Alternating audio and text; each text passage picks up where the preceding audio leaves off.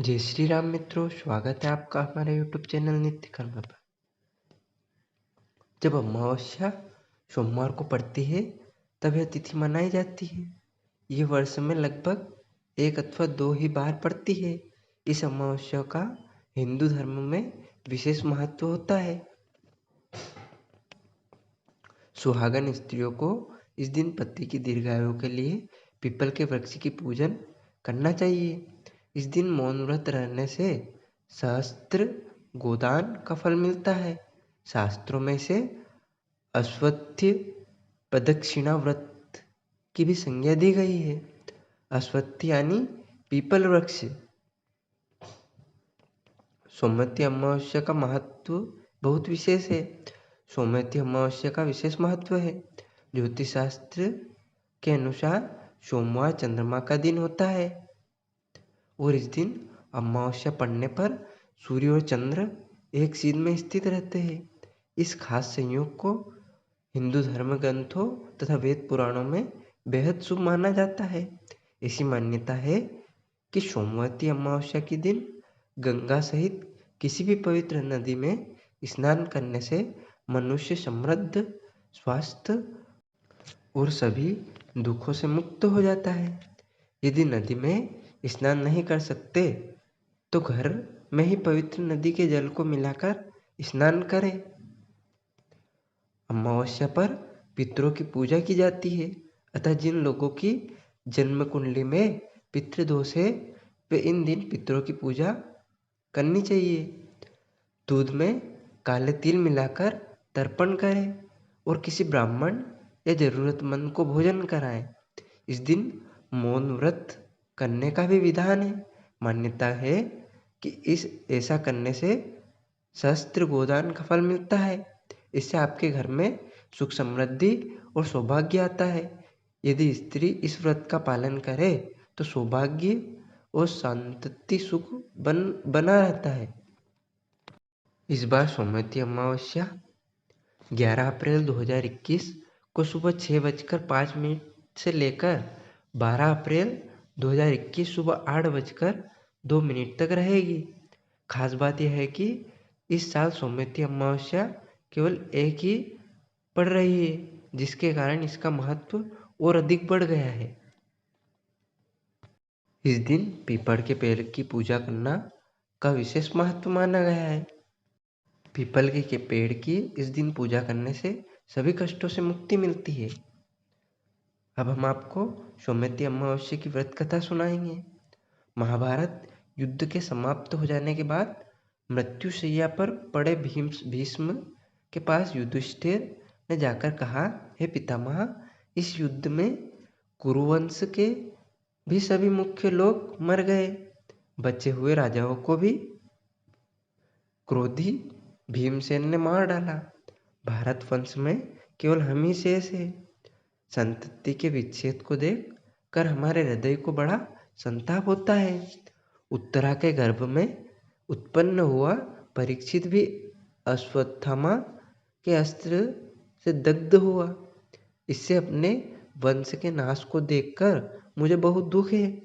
हे पितामह, मैं क्या कर जिससे चिरंजीवी संतति प्राप्त हो?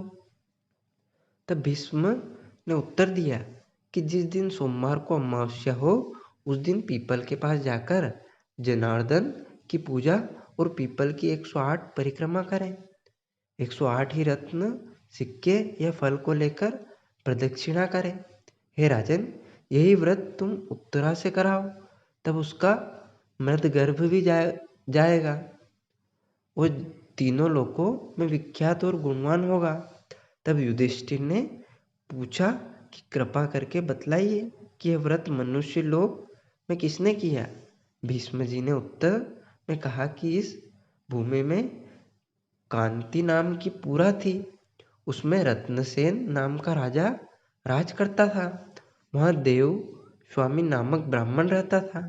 इस ब्राह्मण की धनवती नाम की स्त्री थी। ब्राह्मण के इस पत्नी से 7 पुत्र और एक कन्या पैदा हुई। लड़कों का तो विवाह हो गया था, किंतु लड़की का विवाह नहीं हुआ था। ब्राह्मण योग्य वर की तलाश में था। एक दिन एक बड़ा तेजस्वी ब्राह्मण भिक्षा मांगने आया। बहुओं ने जब इस ब्राह्मण को पृथक पृथक भिक्षा दी, तब उस समय इस ब्राह्मण ने उन्हें सौभाग्यवती होने का आशीर्वाद दिया। किंतु जब गुणवती कन्या ने भिक्षा दी, तो उस ब्राह्मण ने धर्मवती हो ऐसा आशीर्वाद दिया।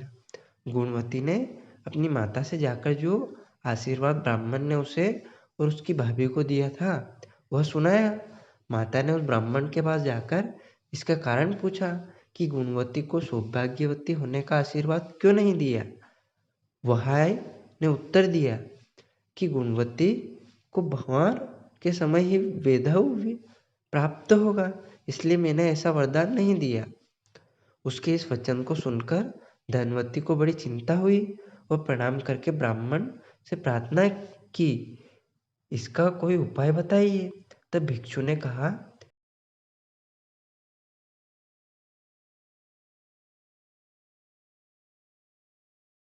कि जब तेरे घर में सोमा आए तो उसी समय उसके पूजन से वैधव्य नाश होगा। धनवती ने पूछा कि सोमा कौन जाती है और कहाँ रहती है। ब्राह्मण ने कहा कि यह जाति की धोविन है और सिंहल द्वीप की रहने वाली है। जब यह आवेगी तब तेरी लड़की का वैधव्य योग होगा। यह कहकर ब्राह्मण भिक्षा मांगता मांगता अन्यत्र चला गया। माता ने अपने पुत्रों को बुलाकर कहा कि तुम लोग अपनी बहन गुणवती को साथ लेकर सिंहल द्वीप जाओ और सोमा को बुला लाओ। लड़कों ने दुर्गम मार्ग की चिंता करके जाने से इनकार कर दिया, किंतु पिता के कुपित होने पर शिशुस्वामी नाम का सबसे छोटा लड़का अपनी बहन को लेकर रवाना हो गया। बहुत दिन सफर करने के बाद वह समुद्र के तट पर पहुंचा और वहां से समुद्र को पार करने की चिंता करने लगा। समुद्र के तट पर ही वह वट वृक्ष था। उस वृक्ष पर गिद्ध ने अपने बच्चे रख छोड़े थे। उसी वृक्ष के नीचे बैठकर गुणवती और शिशुस्वामी ने सारा दिन व्यतीत कर दिया। साहिद्वाल को गिद्ध जई अपने बच्चों को चारा चुगाने लगा तो बच्चों ने नहीं खाया। कारण पूछने पर बच्चों ने कहा कि जब तक वृक्ष के नीचे बैठे हुए दोनों मनुष्य भोजन नहीं करते, तब तक हम लोग भी भोजन नहीं करेंगे।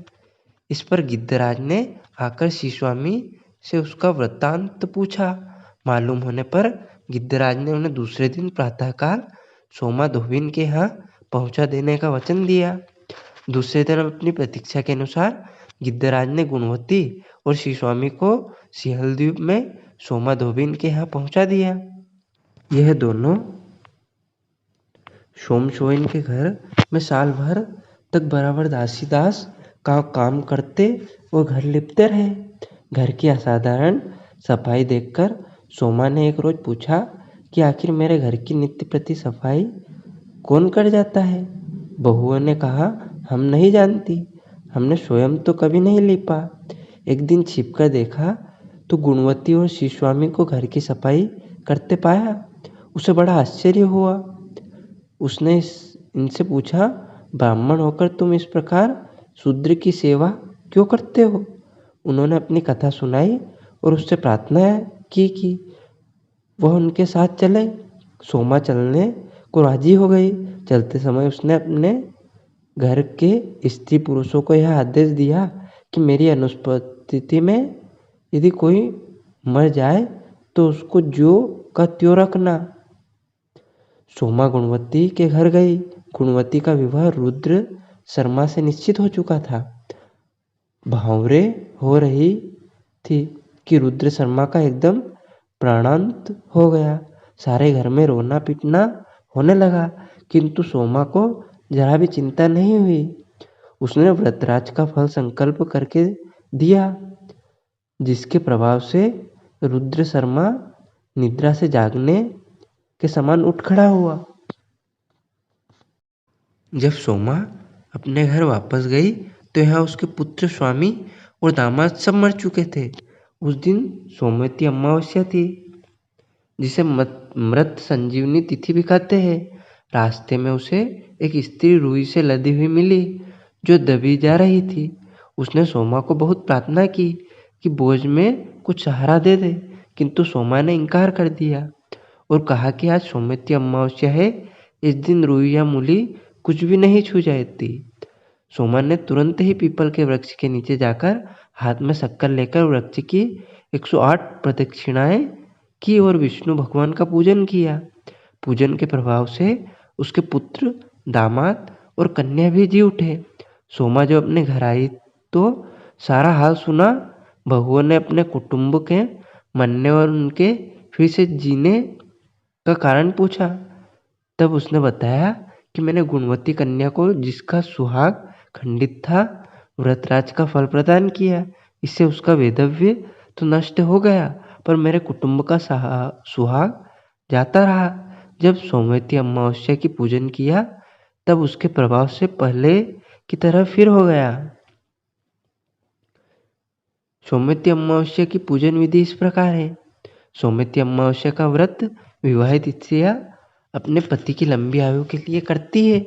इसे अश्वत्थ पीपल प्रदक्षिणा व्रत भी कहते हैं। इस दिन प्रातःकाल उठकर नित्य कर्म तथा स्नान आदि से निवृत्त होकर पीपल वृक्ष के पास जावें। पीपल की जल में लक्ष्मी नारायण की स्थापना करके दूध जल समर्पित करें। नारायण का ध्यान, पुष्प, अक्षत, चंदन, भोग, धूप इत्यादि अर्पण करें। पेड़ पर सूत बांधकर ओम श्री वासुदेवाय नमः बोलते हुए 108 बार परिक्रमा करें। इसके बाद सौमित्री अमावस्या कथा सुने। सामर्थ्य अनुसार ब्राह्मण अथवा गरीब को दान दे।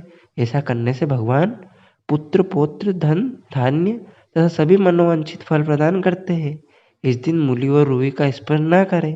अमावस्या के दिन पीपल के वृक्ष की पूजा करनी चाहिए। इस दिन पितरों का तर्पण करना शुभ फलकारी होता है। कहते हैं कि ऐसा करने से पितर तृप्त होते हैं और उनका आशीर्वाद मिलता है। इस दिन शुद्ध सात्विक भोजन का भोग लगाना चाहिए।